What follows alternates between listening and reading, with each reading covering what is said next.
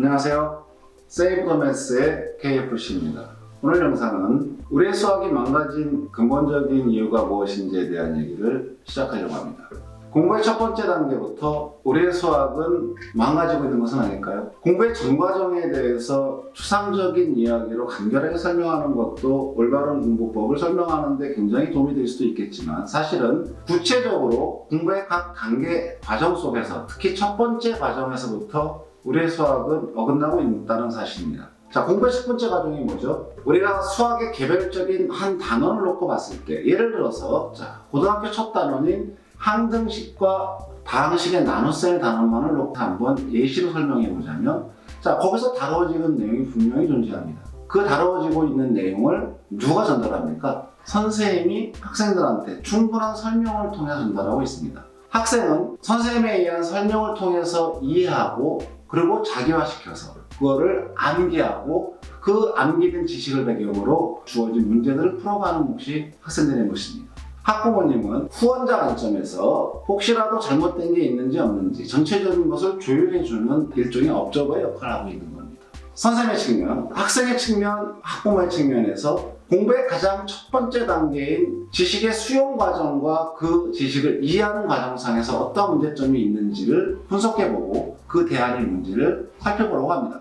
누가 뭐라고 해도 수업의 첫 출발점은 선생님입니다. 그리고 수업에서 가장 첫 번째 목적으로 삼고 있는 것은 각각의 수업에서 다루고 있는 개념을 학생들이 충분히 이해할 수 있도록 설명하는 것부터 시작할 것입니다. 근데 수업의 궁극적인 목적이 어디 있습니까? 학생들이 이해하는 것입니다. 그리고 기억하는 것이죠. 근데 우리의 수업은 어떻습니까? 열심히 다루고자 하는 개념을 충분히 설명을 하든 간략히 설명을 하고 문제로 전환이 되든 결과는 똑같습니다. 학생들에게 다음 시간에 한번 질문을 해보십시오. 예를 들어서 백지 테스트를 한번 유도해 보십시오. 지난 시간에 배운 모든 내용에 대해서 한번 써봐라. 못 씁니다.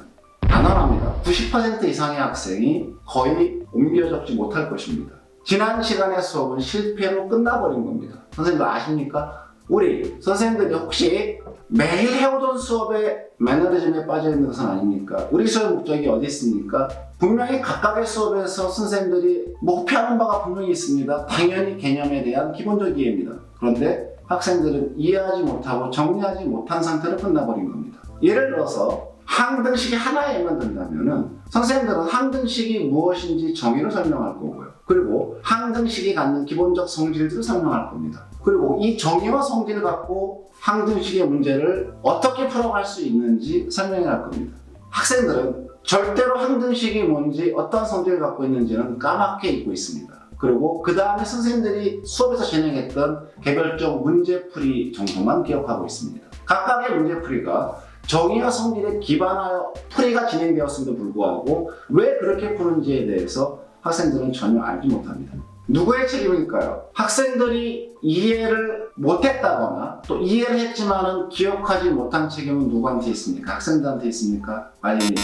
선생님들 우리 자신에게 있는 겁니다. 한번 제안합니다. 수업이 진행된 다음 시간에 백지 테스트 한번 진행해 보십시오.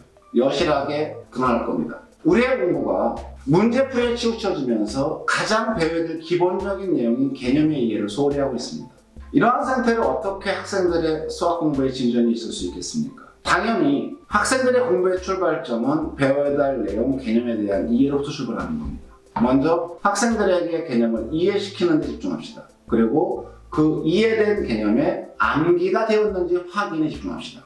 두 번째로 학생들이 배워야 될 내용에 대한 이해가 되었다 하더라도 그 배운 내용을 문제에 적용해 가는 건 또 다른 문제랍니다. 그 개념을 왜 배우는 건지, 그 개념을 어디에 사용하는 건지에 대한 충분한 설명을 우리가 하고 있습니까?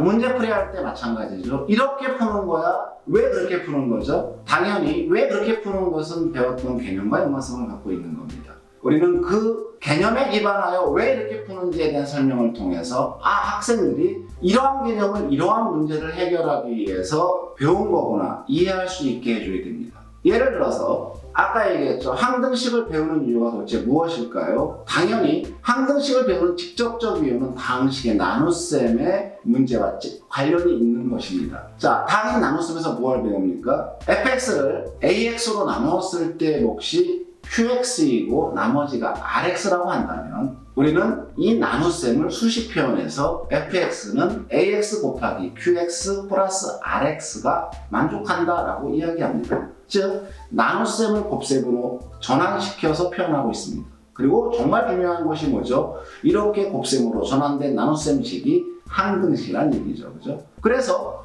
당시의 나눗셈의 문제를 항등식 갖고 해결해 가는 겁니다. 나눗셈의 기본 요소인 재수, 비재수, 나머지 중에서 아직 미정된 무엇인가를 해결하는 게 문제 아닙니까? 그 미정된 무엇인가를 해결하는 데 사용하는 것이 바로 항등식 아니겠습니까? 이렇듯 우리는 반드시 어떠한 개념을 단순히 가르치는 데 머무르는 것이 아니라 그걸 왜 배워야 되는지 학생들이 충분히 이해할 수 있게 해줘야 합니다. 그러지 않으면 학생들은 단편적 지식을 쌓은 것에 머무릅니다. 절대로 특정한 문제를 해결해 갈 수 없는 것이겠죠. 명백한 사실입니다. 요약하면 우리는 가르쳐야 될 내용을 정확하게 가르치고 학생들이 이해하는지 확인해 주고요. 그리고 그 개념과 배운 내용이 왜 배워야 되는지, 이거 갖고 무엇에 사용하는지에 대해서 정확히 어필할 수 있어야 됩니다. 그리고 그러한 전체 과정을 학생들이 제대로 숙지하고 있는지, 암기하고 있는지 확인하는 작업이 필요합니다. 그래야만 제대로 된 공부의 출발이 시작되는 겁니다. 이 모든 거의 출발점이 절대로 잊지 마세요. 선생님, 당신들 책임입니다. 바꿔야 합니다. 바꾸지 않으면 우리의 수학은 계속 나락의 길로 떨어질 겁니다. 우리 학생들의 수학은 망해갈 겁니다. 수업의 첫 번째 책임은 선생님입니다. 우리 선생님들, 우리의 책임을 다해야 합니다. 이번 영상 한 번이 아니라 앞으로의 영상을 통해서 우리 수업 현장에서의 문제점이 무엇인지, 그리고 그러한 문제점 때문에 우리 학생들의 수학에 문제가 발생되고 있는 각각의 요소들에 대한 비판적 영상 계속 업로드할 겁니다. 기대해 주십시오.